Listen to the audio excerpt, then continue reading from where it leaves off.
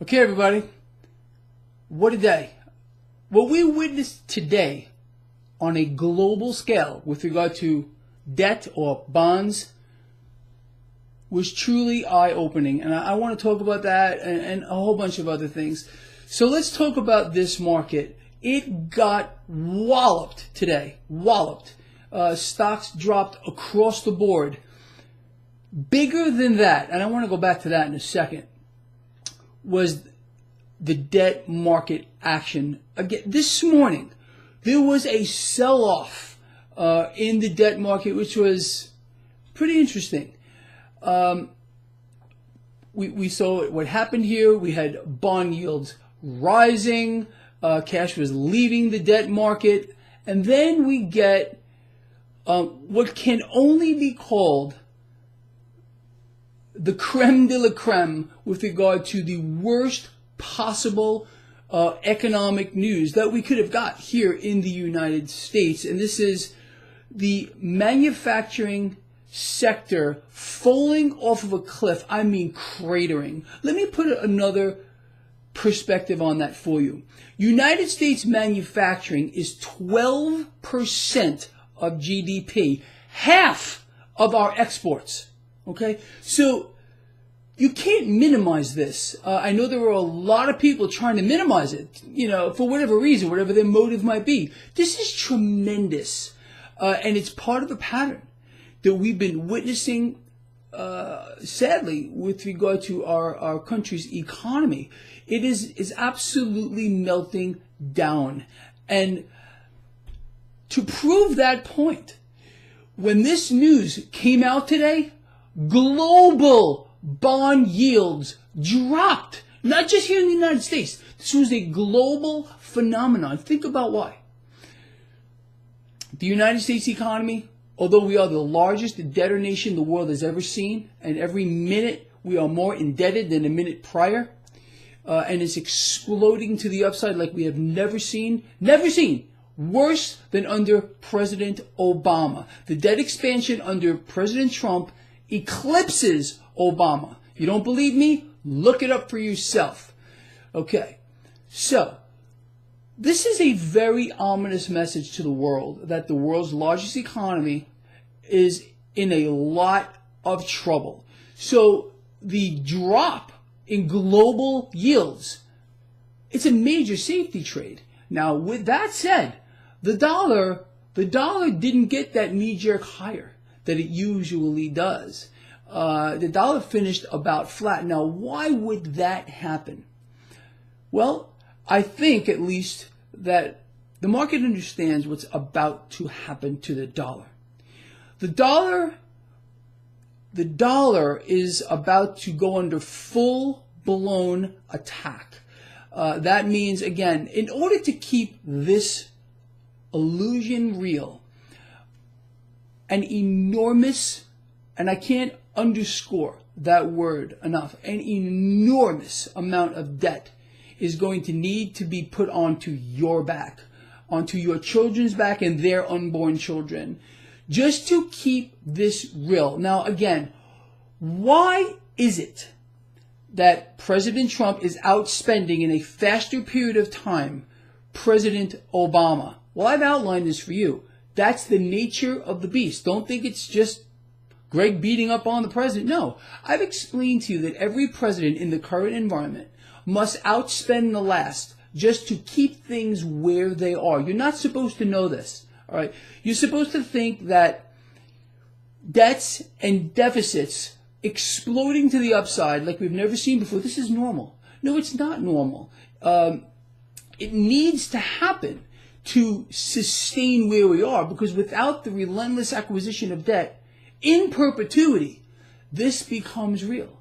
Okay, now I've explained to you again, the goal of banks and the central banks is to become the lenders and buyers of last resort. World banks want to own the world. That's their goal. I know it sounds like some science fiction. That's why, again, the Federal Reserve is doing what it's doing right now. There's all this backdoor debt issuance and buying that most people have no idea it's actually happening. It's never spoken about. But I've alluded to this so many times over the past I don't know how many years. World central banks, to keep their balance sheets looking, well, maybe a lot cleaner than they are buying each other's debt. Okay? Should be no secret to you if you follow this blog. So what you're seeing at face value, whatever they're telling you the debt is, you have to also understand it's leveraged. Okay, so example, X amount of $1 trillion that the United States is in debt. Now, none of this is dollar for dollar. None of it. It's all leveraged at least 10 times. Now, I want you to think about another secret you're not supposed to know. There are layers upon layers upon layers of derivative bets of debt underneath every dollar that you see. You're not supposed to know this. This is why the global debt can never be measured. Our debt can never be measured. It's in the quadrillions. And without vastly expanding it, well, this all becomes real. Very, very quickly. Very, very quickly. Now, the president today was out bashing the Federal Reserve, blaming the Fed for his failure with regard to what happened to manufacturing, falling to a 1-decade low. He's explaining the Federal Reserve is keeping the dollar too strong. His words. He wants the dollar weaker. What does that mean for you? What would it mean if your dollar now lost, let's say, 10% of its purchasing power? Well, it would take 10% more of your dollars to buy the same thing. The president will not explain this to you. He just can't do it. Because again, he has to keep his base brainwashed and programmed to thinking a weaker dollar is a good thing. He also came out and explained that the Federal Reserve is keeping rates too high. He wants rates suppressed 0 or below. Now, we all understand it's a no-brainer. A weaker dollar, 0 and negative rates is incredibly bullish for the multinational corporations, the military-industrial complex. But how does it help you as a member of the middle class? This is communism, like I've explained to you in the video from this morning. This is why the president today congratulated China on their anniversary of communism. He is a communist. He is making sure that the middle class, okay, is subsidizing corporate America, the military-industrial complex, the stock market, by being robbed absolutely and completely blind. Now, for those who think make America great again, no, make America great again means convert whatever's left of America into a two-tier society that has the have-nots and bring full-blown communism and fascism right here into our country. Forget about socialism. We are way beyond that. We already have socialism. You know that. We socialize everything. Our government subsidizes everything? No, you do. You're paying for big pharma. You're subsidizing big oil too. Speaking about big oil, did you see what happened to oil today? So they're jawboning with OPEC floating out that rumor that they were going to cut production. Yeah, it worked initially, but why did crude sell off towards the end of the day? It should be pretty obvious to you. This abysmal round of economic news, manufacturing here in the United States cratering, means, well, there's going to be less demand. So they're going to need to do something else, and you should be very afraid about what is up their sleeve. They will not allow crude oil to fall. But again, crude oil greases the wheels of the military-industrial complex. Okay? Everything you're seeing now is geared to supporting the military-industrial complex. This president is the spokesperson for the military-industrial complex. He, again, calling for a weaker dollar, calling for 0 rates, negative rates, supports the military-industrial complex and forces you to pay for it. No matter where you are in the world, that should tell you something. Again, look what happened to global bond yields after the manufacturing sector cratered today. Globally, they plunged. So that should tell you a lot, people. It really should. Look, you need to ponder all of these things. And I'm not sitting here bashing anyone. I bashed the living hell out of Obama. You all know that if you follow this blog. I explained to you what he was doing. The president, the current president, as candidate Trump, the guy had it right. And then again, once they sit in that pretty Oval Office, I think they have a sit down with the ones that really control the world, and they're showed the way it works, and they're given a script to read. And if they don't, well, action will be taken against them at that particular time. But it's a show. The president is the spokesperson, not for you or me or anyone in the world, for the military-industrial complex. Every effort imaginable is being done to keep the military-industrial complex getting stronger, allowing the banks to fulfill their multiple decade-long goal, which is to be the buyers and lenders of last resort, to establish a two-tier society, and to keep people from opening their mouths, to keep them silent, to keep them distracted. You understand? That's really the core of what is going on here. Earlier, I posted on Twitter, I posted on Facebook, a couple of my social networks. I said, tweet the president at Real Donald Trump and ask him how dollar devaluation, he's calling it dollar intervention, how suppressed interest rates are going to help you as a member of the middle class. Again, it's a no-brainer.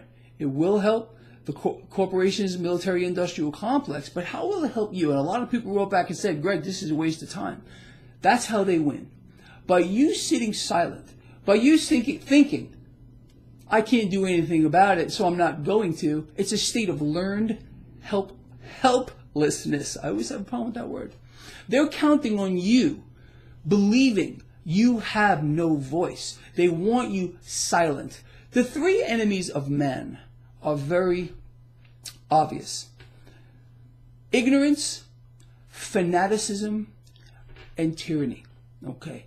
Those three things have been used as weapons against mankind by the controlling class for centuries. And we're witnessing it again here. Ignorance seeks to keep your mouth shut. They don't want you to speak out.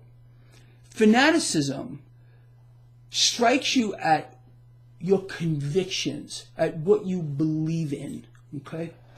Tyranny rules with an iron fist and will do whatever it needs to do to eliminate you. And if that means they have to kill you, well, then that's what they'll do. This is what we have all witnessed for centuries. It is going on now, and it will never stop. But if you understand that ignorance, fanaticism, and tyranny are your enemy, then you know exactly what you should be doing about it. You need to speak out. You need to understand that your convictions are going to strike you right where your convictions are, no matter what they may be. And in the end, if that doesn't work, they will take you out. Period. The end. Now listen, I know this has been kind of a long video, but I want to end off with this. So yesterday I said to you that when the meltdown comes, I'm going to retire from YouTube. Let me explain this to you, what I mean. This here, what I do for you, this puts a lot of stress on me. It really does. And I love all of you. And that's the only reason I come out here, to do this, to try to enlighten you, to let you see what's happening around you. And, you know, you can disagree with me, and that's fine. But I think for the most part, I get it right. And even with this particular video, with outlining what I just did for you, but sometimes it gets to me, it really does. And I was really kind of fed up yesterday. Look, I will never let you down. You all know that. I will never let you down. And when this thing does melt down, unfortunately, a lot of people are going to lose their lives. This comes down to a resource issue, which I've explained to you since forever. That's why the debt needs to continue to be inflated. They can't stop. It's the nature of the beast. They don't want to stop. And that's why so much effort is going into keeping things propped up. Because when this thing goes, this is going to be the end all. The bubble to end all bubbles. And whoever comes out of this, and I'm not even saying I will, at the end, and I'm talking in the literal sense, when this thing breaks loose, there's going to be pandemonium on a global scale. Martial law, military law.